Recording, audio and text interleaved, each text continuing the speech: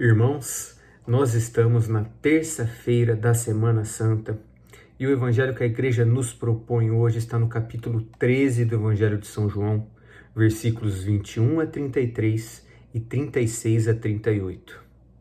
Neste evangelho, só contextualizando, Jesus acabara de lavar os pés, o lava-pés, no cenáculo, na última ceia dos seus apóstolos.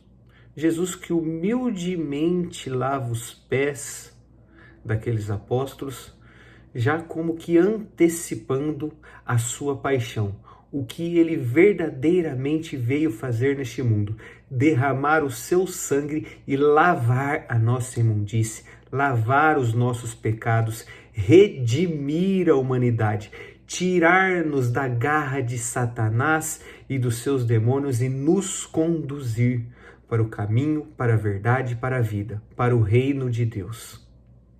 Então, diante deste contexto, Jesus narra para a gente no Evangelho que 2 dos seus apóstolos haviam de traí-lo, Judas e Pedro.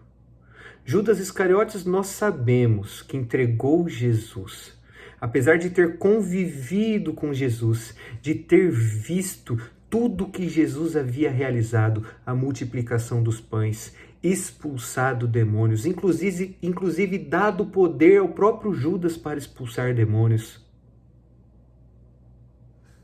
curado enfermos, ressuscitado os mortos, como fez com Lázaro. Ainda assim, Judas, ele não se converte. Ainda diante daquele gesto amoroso de Jesus de lavar os pés de Judas, ele não se arrepende. E ele entrega Jesus às autoridades para que fosse crucificado. Já Pedro, que apesar de ser elevado pelo próprio Jesus para ser a pedra, Pedro, tu és pedra, e sobre esta pedra edificarei a minha igreja. Pedro foi o escolhido. Ele ainda assim tinha uma fé não madura, o suficiente para entregar a sua vida por amor ao Cristo. Tanto que ele vai negar Jesus 3 vezes antes do galo cantar, como Jesus havia dito. Irmãos, este evangelho nos coloca diante da realidade que nós também somos traidores de nosso Senhor Jesus Cristo. Nós traímos o nosso Redentor, aquele que dá a vida por nós, que quer nos tirar da condição de morte e condenação eterna. Nós traímos ele com os nossos pecados, com as nossas ofensas. Nós, de certa forma, crucificamos Jesus novamente. Nós esbofeteamos a sua face, cuspimos nele. Nós colocamos cravos nas suas mãos e nos seus pés. Nós colocamos a coroa de espinhos em Jesus. Nós flagelamos Jesus novamente com os nossos pecados, que de certa forma foram os responsáveis por ter crucificado Jesus há 2000 anos atrás.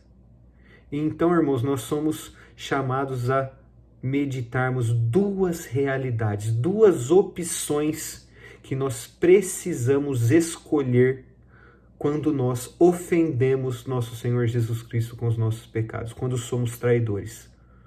Ou nós tomamos o caminho de Judas, que não deu o braço a torcer, não confiou no amor e na misericórdia do Cristo, e mesmo apesar da traição, ele podia ter feito isso depois de ter traído Jesus, mas ele não volta atrás, ele não se arrepende, ele não pede perdão,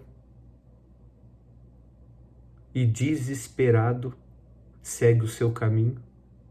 Ou então nos colocarmos no lugar de Pedro, nosso exemplo, o exemplo a ser seguido de arrependimento. Ele que após as 3 negações que ele fez de Cristo, ele vai e chora amargamente, arrependido dos seus pecados. E então ele é capaz de, no momento oportuno, entregar a sua vida por amor a Deus, E hoje ele é o príncipe dos apóstolos. Sobre Pedro, Jesus edificou a sua igreja e as portas do inferno não prevalecerão sobre ela. Irmãos, nós estamos no tempo oportuno para nos arrependermos verdadeiramente, tomarmos a firme decisão de não mais pecar, procurando um sacerdote para nos confessarmos e retomarmos a amizade com aquele que entrega a sua vida por amor a nós. Nós precisamos colher os frutos da redenção, irmãos. Jesus derramou o seu sangue por todos, mas nem todos estão dispostos a colher o fruto dessa redenção. Judas é um exemplo daquele que não colheu este fruto, não se arrependeu.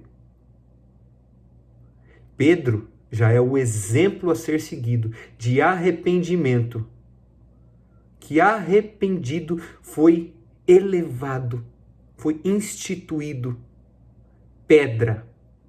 E sobre essa pedra Jesus edificou a sua igreja. Irmãos, nós precisamos fazer uma santa e frutuosa confissão. Vamos fazer um bom exame de consciência. Vamos nos arrepender dos nossos pecados, das nossas ofensas.